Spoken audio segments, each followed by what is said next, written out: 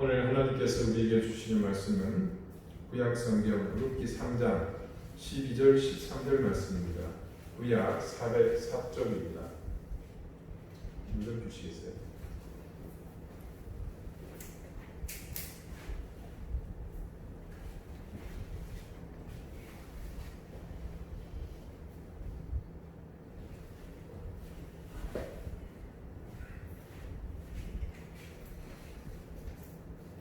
우선 요거 에어컨 끄십시다. 룻기 3장 12절 13절 말씀을 제가 읽겠습니다. 이제 다 같이 자리에서 일어나셔서 하나님의 말씀을 경청하십시오. 참으로 나는 기업을 물을 자이나 기업 물을 자로서 나보다 더 가까운 사람이 있으니 이 밤에 여기서 머무르라. 아침에 그가 기업 물을 자의 책임을 내게 이행하려 하면 좋으니 그가 그 기업 물을 자의 책임을 행할 것이니라. 만일 그가 기업 물을 자의 책임을 내게 이행하기를 기뻐하지 아니하면 여호와께서 살아계심을 두고 맹세하노니 네가 기업 물을 자의 책임을 내게 이행하리라. 아침까지 누워 있을지니라 하는지라. 아멘. 자리에 앉으시기 바랍니다. 하나님께서 이 말씀으로 우리에게 은혜 주시기를 원합니다.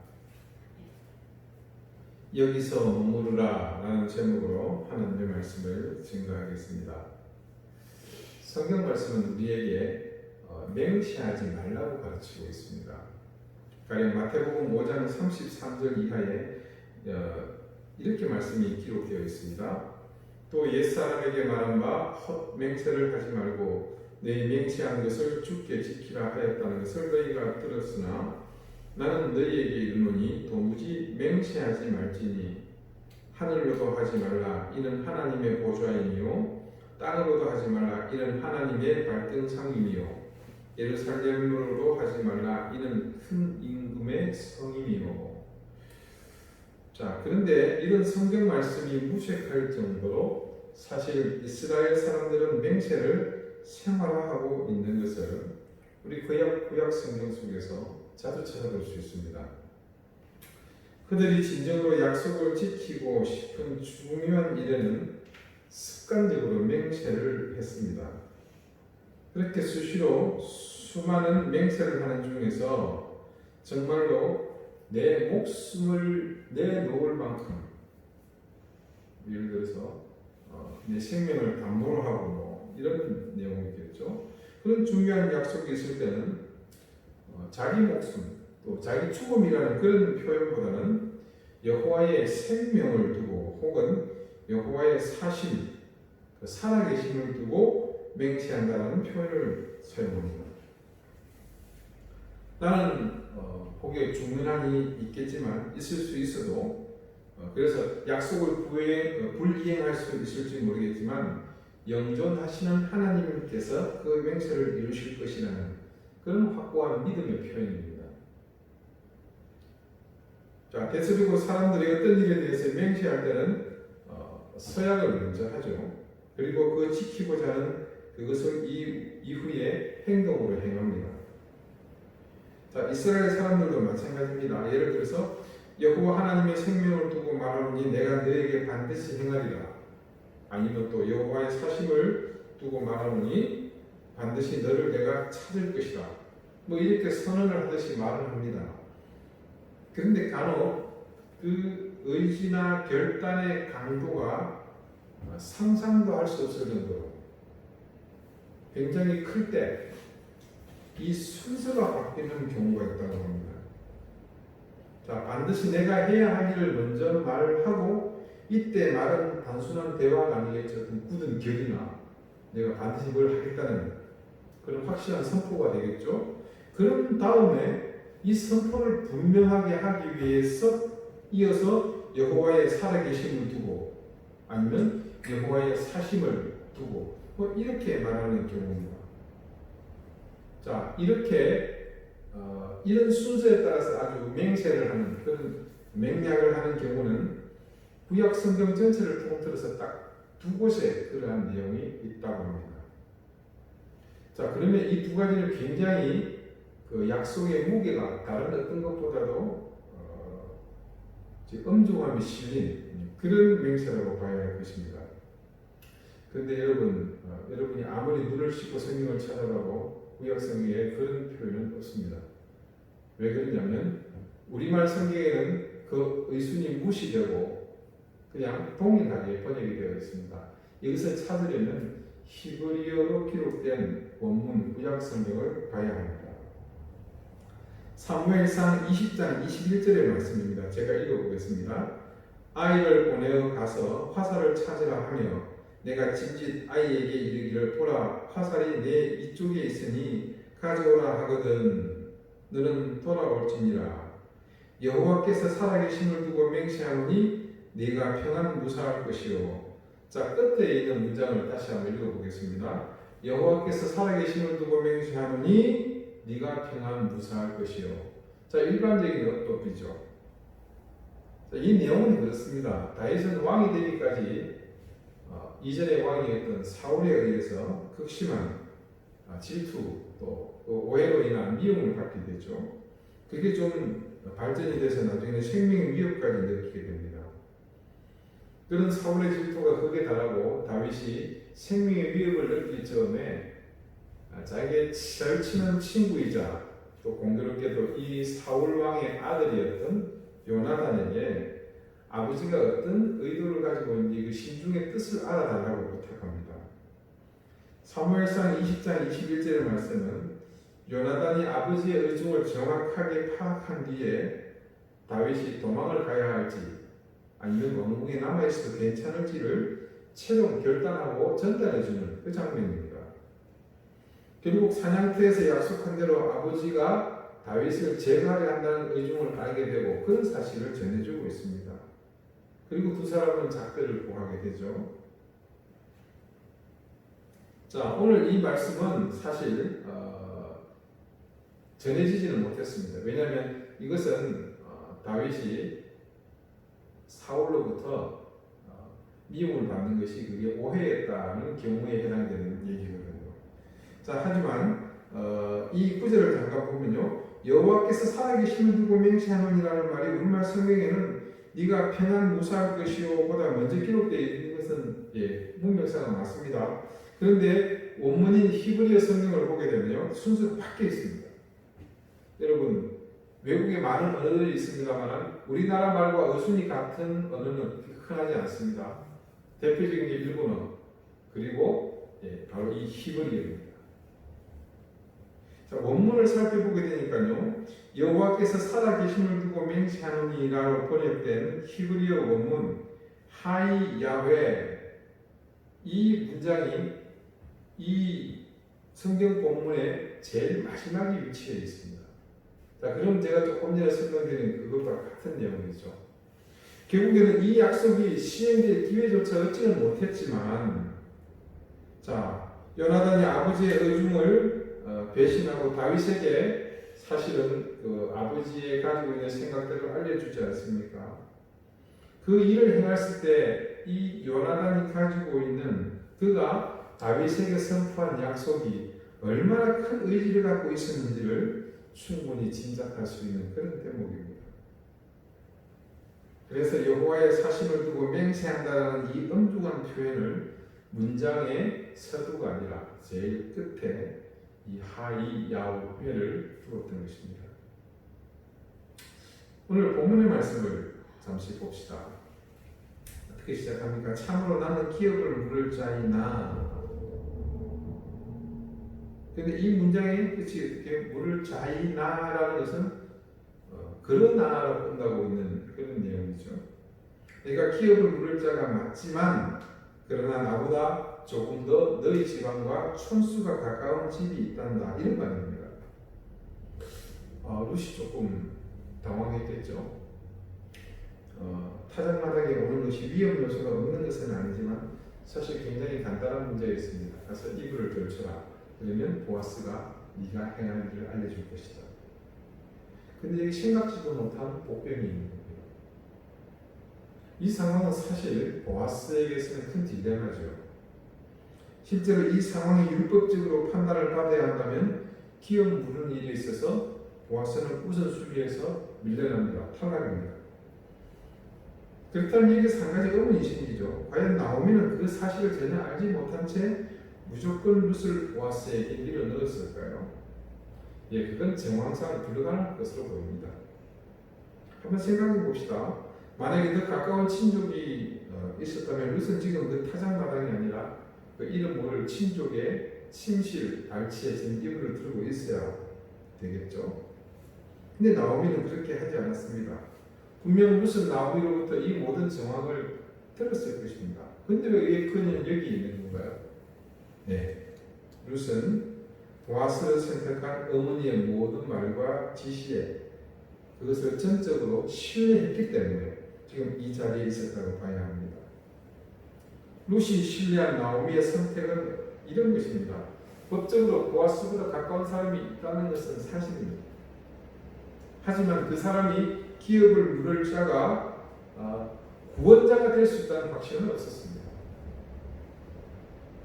대신 자신들에게 마음을 담아서 인애를 베푸고 자비를 베푼 보아스를 나오미가 선택한 것입니다. 나오미의 판단을 항상 룻은 믿었습니다. 자, 베들레헴으로 모압을 떠나 따라 나선 순간부터 그녀가 의지한 것은 율법이 아닙니다. 비록 어머니로부터는 아주 영감 있는 그런 은혜의 하나님을 소개받지는 못했을지라도 그녀는 그런 하나님이 베풀 인애와 긍휼을 의지해서 베들레헴으로 왔습니다. 만약에 그녀가 율법을 의지하려 했다면 과연 이방인의 신분으로 그녀가 어떻게 이 이스라엘 사회의 중심으로의 진입을 꾀하였겠습니까? 자, 그것을 알 수 있는 중요한 대목이 있습니다. 여러분 기억하십니까? 어머니의 하나님이 나의 하나님이 되시리니. 네, 그렇게 고백했을 때 그녀의 심중은 그 하나님의 손길에 자신을 맡기는 그런 운명을 선택했던 것입니다. 자, 여러분 요즘 같은 세상은 상상도 할 수 없습니다만 그렇게 썩 오래지 않은 우리나라의 경우도 어땠습니까? 만약 남편이 불의의 사고를 일찍 요절을 했다. 그러면 말하기 좋아하는 사람은 뭐라고 말합니까? 소위 서방 잡아먹을 팔자라는 그런 훈례를 씌워서 여인들을 핍박하지 않았습니까? 그렇듯이 이스라엘 사회에서도 과부는 공공연한 죄인이었습니다. 공인된 죄인입니다. 룻에게 입혀졌던 의복, 그것은 굴레였으며 마치 수감 중인 죄수들의 복장과 같아서 그 자체로 그녀의 인생은 죄인의 낙인이 찍혀있고 과부의 죄수국으로 포장된 정말 기구한 운명이었습니다. 그러나 죄인에게 율법이 정한 것이 징벌이라면 은혜는 뭡니까? 그 죄값을 대신 치르고 구원의 자격을 부여하는 겁니다. 여러분, 우리가 구원을 받은 것이 어떤 자격, 어떤 행위, 즉 율법적인 조건을 다 충족하는 결과가 아니라 하나님의 전적인 은혜로 인한 것임을, 그런 결과임을 우리가 잘 알고 있지 않습니까?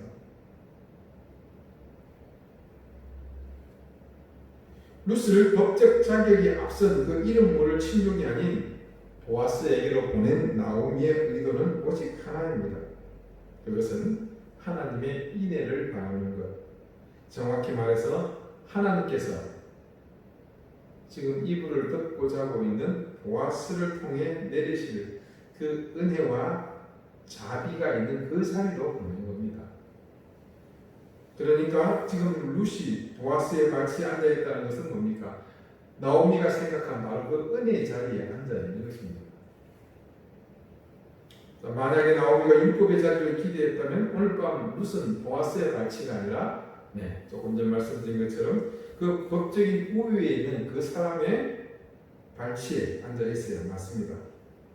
그러나 오늘 룻은 하나님의 선물처럼 더 좋은 자리를 부여받았고 비록 보아스가 잠시 염려하며 이 일의 앞뒤 이 선후를 세심하게 살피고 있다고는 하나 절대로 이 자리를 뺏기지 않을 것입니다.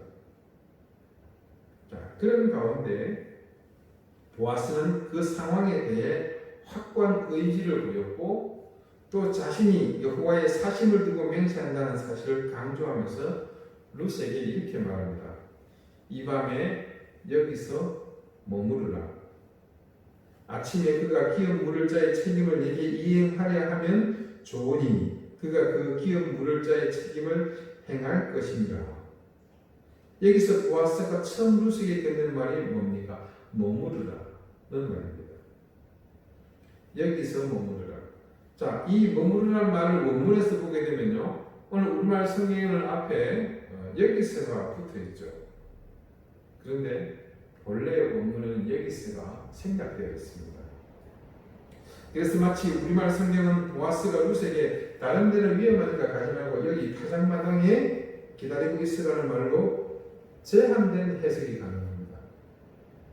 하지만 실제 원문에서 이 부사가 생략된 채로 쓰였다면 그 해석은 더 넓고 다양하게 할 수 있는 여지가 있습니다. 우리말 머무르라고 번역된 이 히브리어 동사 룬, 이 룬이 룻기에 처음 쓰인 것은 공교롭게도 1장 16절입니다. 자, 1장 16절 내용을 좀 볼까요? 어머니께서 머무시는 곳에 나도 머물겠나이다 라고 룻이 어머니 나오미에게 간청했던 그때의 대목을 기억하십니까? 여기에 머무시는 곳, 머물겠나이다고 말하는 그 머무름이 바로 이 룬이었습니다. 그런데 지금 보아스가 룻에게 그 머무름을 요구하고 있습니다. 자, 이제 룻은 보아스가 다시 자신의 인생 여정에서 최초 강력한 의지를 담아서 결단의 다짐으로 선택했던 그 운명의 방향과 같이, 말은 어렵습니다만 뭡니까? 어머니가 계시는 곳에 나도 머물겠다. 하나님이 계시는 곳에. 자, 오늘 밤 그녀는 모압을 떠난 그때 맹세했던 그 머무름을 보아스의 요청에 따라서 날이 밝기까지 이제 지켜야 될 입장입니다. 자, 아침에 과연 어떤 구원자가 룻을 구원하게 될지는 알 수 없지만 룻은 이제 보아스의 요청에 따라 그 발치에서 머물게 될 것입니다. 여러분, 룻의 삶을 돌아보니까 그녀에게 이 머무름은 참 너무나 익숙한 일이었습니다. 그녀는 이 머물음을 잘했기 때문에 누구보다도 하나님의 긍휼과 인자를 체험한 사람입니다. 지금 그녀가 보아스로부터 요청받은 머물음은 그녀의 일상과 너무 흡사합니다. 처음 어머니 나오미와의 머물을 위해 그녀는 자신의 인생을 포기했습니다. 자, 그리고 그렇게 포기해서 만나게 된 일상은 그녀의 선택과 같이 머무는 것으로 일관했습니다. 나오미 곁에 그녀는 줄곧 머물렀습니다. 다른 생각하지 않고 머물므로 룻은 자신의 도리를 다했습니다. 자, 그리고 그녀는 지금 이 자리까지 뭘 해왔습니까? 네, 보아스의 보리밭에서 지금껏 뭘 했죠? 머물렀습니다. 드디어 오늘 밤 그 머무름의 길에서 하나님의 인도하심으로 최종 이제 그녀의 인생에서 중요한 분기점을 맞게 되는 그 시점에서 그녀는 뭘 하고 있습니까? 또 머물면 하고 있지 않습니까? 보아스는 그녀의 길에 머무름이 있었다는 것을 잘 알고 있었습니다. 그래서 보아스는 룻을 가장 현숙하게 만들어준 그 힘, 바로 그녀가 머물 줄 아는 사람이었다는 사실을 염두에 두고서 그녀에게 지금까지 했던 것처럼 마지막 그 일을 감당해 줄 것을 요청하고 있습니다. 여러분, 떠나는 것은 참 쉽습니다. 그것은 참는 수고를 하지 않아도 될 뿐만 아니라 내가 책임져야 할 어떤 것도 이행할 필요 없는 아주 손쉬운 삶의 방법입니다. 그러나 머무는 것은 다른 문제입니다. 오늘 말씀 속의 룬과 같은 머무름은 안주하는 것의 상대적인 개념입니다. 안주하는 것은 육적, 정신적 만족을 주는 상황에서 그것을 차지하게 하고 떠나지 않는 것을 말하지만 룬으로 표현되는 머무름은 고통과 수고, 때로는 눈물과 아픔이 있지만 그 자리를 포기하지 않고 견디는 것, 인내의 자리를 말하는 거죠. 고린도후서 12장 12절에 이렇게 증거합니다. 사도의 표가 된 것은 무슨 말입니까? 이 사람이 사도라고 그 표식이 되는 것은 내가 너희 가운데서 모든 참과 그 다음에요 표적과 기사와 능력을 행한 것이다. 자, 모든 참음, 사도의 표, 즉 사도를 일컬음을 받는 표적이 기사와 능력을 행하는 권능도 있지만, 중요하죠. 저 사람이 그런 권능을 가지고 있고 이직을 하니까 사도가 맞구나. 그런데 우선은 그가 오래 참는 인내를 이루는 그것에 있음을 말하고 있습니다. 자, 이는 사도들이 그 시대를 살면서 그리스도의 제자됨을 드러내기에 시대가 악하고 고통이 끊이지 않았음을 의미합니다. 그래서 여러 표적과 기사와 능력을 나타내므로 그들이 주님의 권능을 받은 제자임이 드러나게 될 것이지만, 그것보다 앞서서 그들이 사도라고 표를 받는 것은 뭐라고요? 고난의 현장 가운데서 그것을 떠나지 않고 머무는 것이 더 중요한 표라는 말입니다. 여러분은 사도 베드로의 최후에 대해서 이야기를 들어서 아실 것입니다. 로마에서 대박해가 시작될 때 네로 황제는 의도적으로 로마에 화재를 일으킵니다. 그리고 그것은 그리스도인들이 저 나사렛 도당들이 방화하는 것이라고 그렇게 몰아가죠. 그래서 베드로는 카타콤에서 목숨을 걸고 신앙을 시키고 있던 그 그리스도인들에 의해서 떠밀려서 피난길에 오릅니다. 근데 그가 중간에 누구를 만나죠? 그 불타는 로마를 향해 죽음이 기다리고 있는 그곳으로 가시는 주님을 만나지 않습니까? 쿠오바디스. 어디로 가십니까? 도미니 주님. 나는 네가 버린 로마로 간다. 결국 베드로는 떠남을 버리고 그 현장 가운데에 머물 걸 선택했습니다. 그리고 그 머물므로 그리스도를 증거했던 베드로는 지금도 영원히 그 자리에 머물며 전 세계 그리스도인에게 자신이 주님의 사도인 표를 드러내고 있지 않습니까? 그리스도인에게 머무름은 바로 이런 의미입니다. 자, 루세게 머물기를 청한 보아스가 이어서 이렇게 말합니다. 아침에 그가 기업 물을 자의 책임을 내게 이행하려 하면 좋으니 그가 그 기업 물을 자의 책임을 행할 것이니라. 만일 그가 기업 물을 자의 책임을 내게 이행하기를 기뻐하지 아니하면, 그 다음에 어떤 말씀이 기록되어 있죠? 여호와께서 살아계심을 두고 맹세하노니 네가 기업 물을 자의 책임을 내게 이행하리라.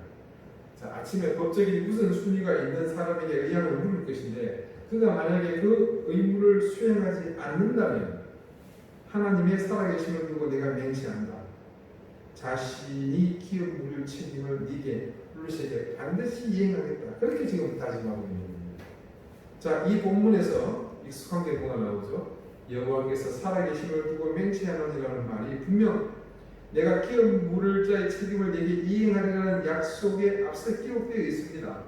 근데 놀랍게도 아까 처음 보았던 사무엘상 20장 21절의 요나단의 명세와 같이 여기서도 히브리어 본문 성경에서는 그 순서가 바뀌어 있습니다.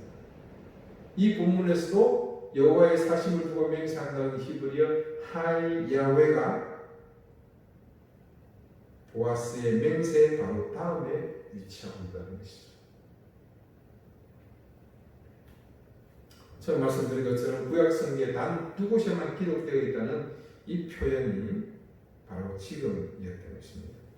자, 보아스가 지금 기업 물을 의무를 이행하겠다는 약속을 하나님의 사심을 두고서 이 약속이 소멸되지 않도록 뭐라 그럴까요?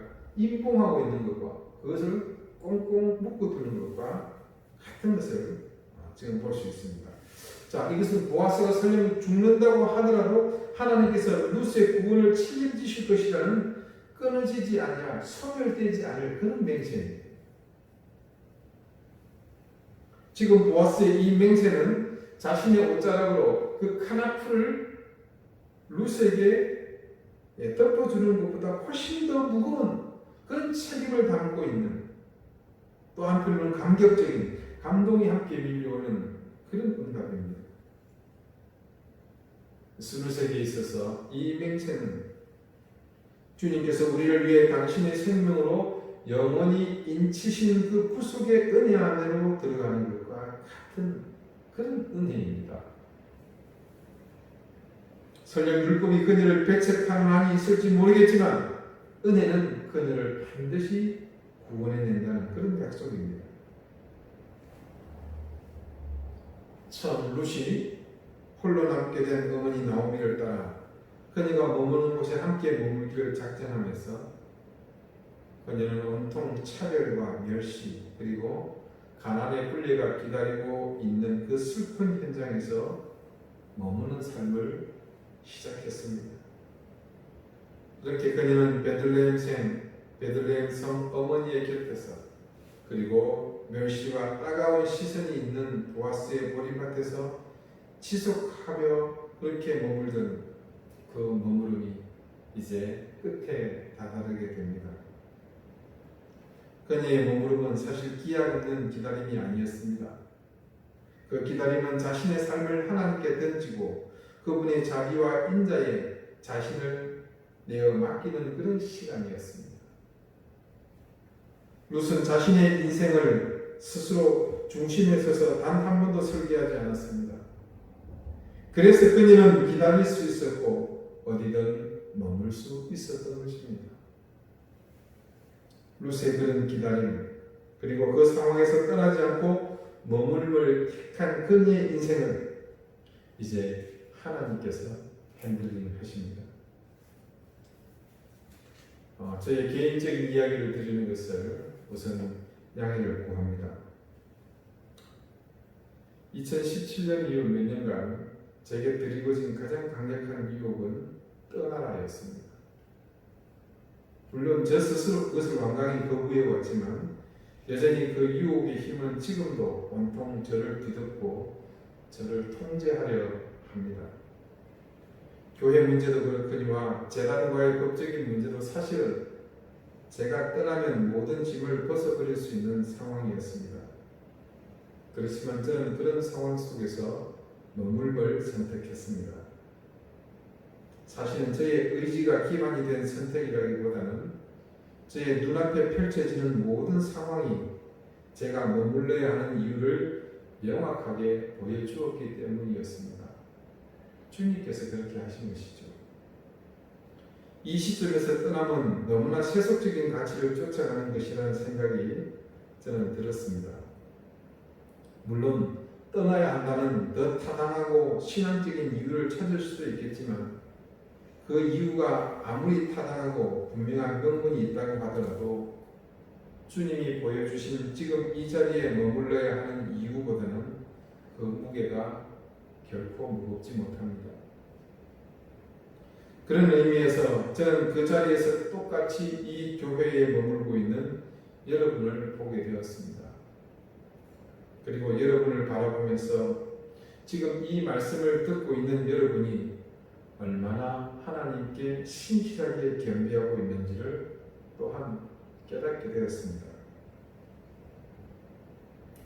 이 시대의 그리스도인들 그리고 그 중에서도 저를 비롯한 많은 교회의 지도자들에게는 머무르는 것보다 떠나는 것이 익숙한 시대가 지금입니다.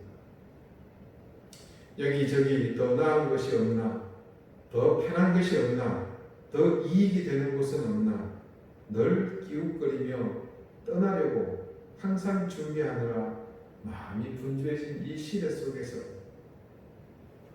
우리는 오늘 자신의 고향, 자신의 민족, 자신의 친족을 떠나 홀로 남겨질 그리고 어머니를 따라 차별과 죄의 꿀레를 쓴 채 그곳에서 머물기를 선택했던 룻의 인생을 의미 있게 바라보았으면 좋겠습니다.